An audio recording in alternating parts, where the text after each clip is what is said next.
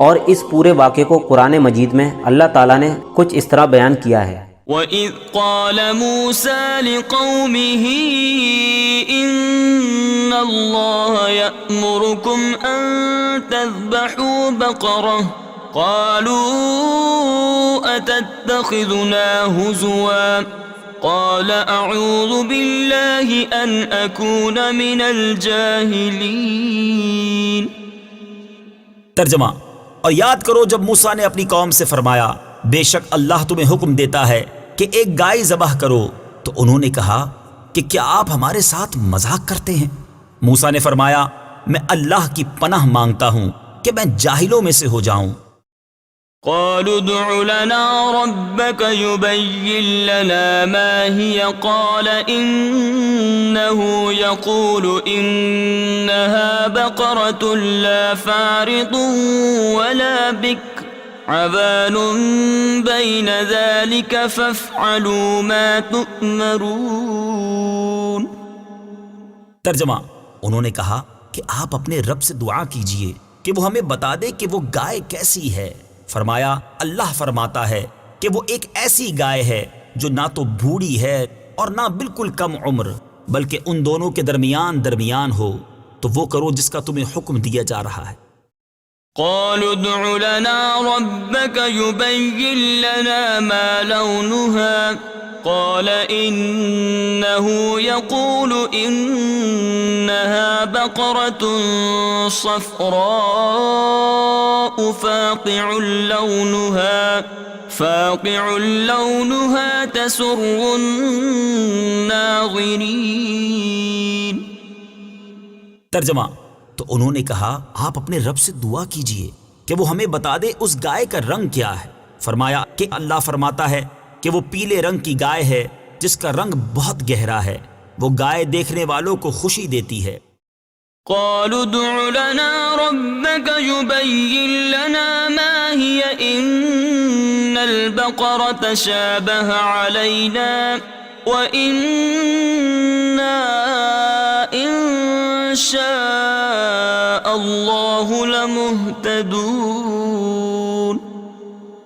ترجمہ، انہوں نے کہا آپ اپنے رب سے دعا کیجئے کہ ہمارے لیے واضح طور پر بیان کر دے کہ وہ گائے کیسی ہے، کیونکہ بے شک گائے ہم پر مشتبہ ہو گئی ہے، اور اگر اللہ چاہے گا تو یقیناً ہم راہ پا لیں گے۔ قال إنه يقول إنها بقرة لا ذلول تثير الأرض ولا تسقي الحرث مسلمة لا شية فيها قالوا الآن جئت بالحق فذبحوها وما كادوا يفعلون۔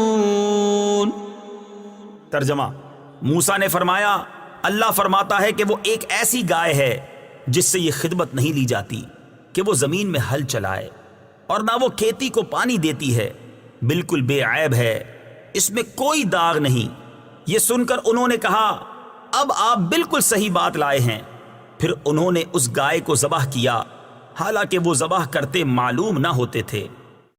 وَإِذْ قَتَلْتُمْ نَفْسًا فَادَّارَأْتُمْ فِيهَا وَاللَّهُ مُخْرِجٌ مَا كُنْتُمْ تَكْتُمُونَ۔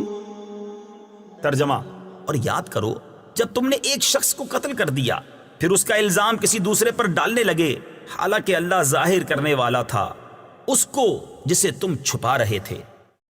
فَقُلْنَا اضْرِبُوهُ بِبَعْضِهَا كَذَلِكَ يُحْيِي اللَّهُ الْمَوْتَى وَيُرِيكُمْ آيَاتِهِ لَعَلَّكُمْ تَعْقِلُونَ۔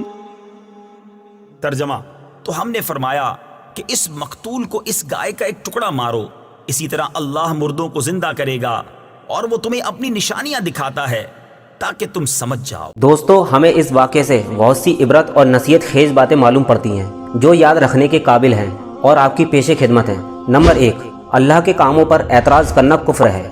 دوستو، اللہ تعالیٰ کے کام میں بحث اور قریت کرنا مصیبتوں کا سبب ہوا کرتا ہے۔ بنی اسرائیل کو ایک گائے ذبح کرنے کا حکم ہوا تھا۔ وہ لوگ کوئی بھی ایک گائے ذبح یعنی قربانی کر دیتے تو فرض ادا ہو جاتا، مگر ان لوگوں نے جب بحث اور قریش شروع کر دی کہ گائے کیسی ہو، اس کا رنگ کیسا ہو، کتنی عمر ہو، تو وہ لوگ مصیبت میں پڑ گئے اور انہیں ایک ایسی گائے کھوجنی پڑی جو بالکل ہی نایاب تھی۔ اس لیے اس کی قیمت اتنی زیادہ ادا کرنی پڑی جس کی اب تک پوری دنیا میں کسی بھی گائے کی اتنی قیمت نہ ہوئی اور نہ آئندہ ہونے کی امید ہے۔ دوستو، اللہ کے کاموں پر کبھی بھی اعتراض نہیں کرنا چاہیے، جو اس کا حکم ہو اس پر عمل کرنا چاہیے، اسی میں ہی ہم لوگوں کے لیے بھلائی اور برکت ہے۔ نمبر 2، پیلے رنگ کے جوتے پہننا۔ دوستو، امیر المومنین حضرت علی رضی اللہ تعالیٰ عنہ نے فرمایا، جو پیلے رنگ کے جوتے پہنے گا وہ ہمیشہ خوش رہے گا اور اس کو غم بہت کم ہوگا، کیونکہ اللہ تعالیٰ نے پیلی گائے کے لیے قرآن میں یہ فرمایا ہے کہ وہ دیکھنے والوں کو خوش کر دیتی ہے، اور اس بات سے معلوم ہوا کہ قربانی کا جانور بے عیب، خوبصورت اور قیمتی بھی ہو۔ نمبر 3، اللہ کی امانت میں کوئی بھی چیز دینے میں بڑی خیر و برکت ہے۔ دوستو، جب کوئی چیز اللہ کی امانت میں پورے یقین کے ساتھ سونپی جائے تو اللہ اس امانت کی حفاظت کرنے کے ساتھ ساتھ اس میں بے حساب خیر و برکت عطا فرماتا ہے۔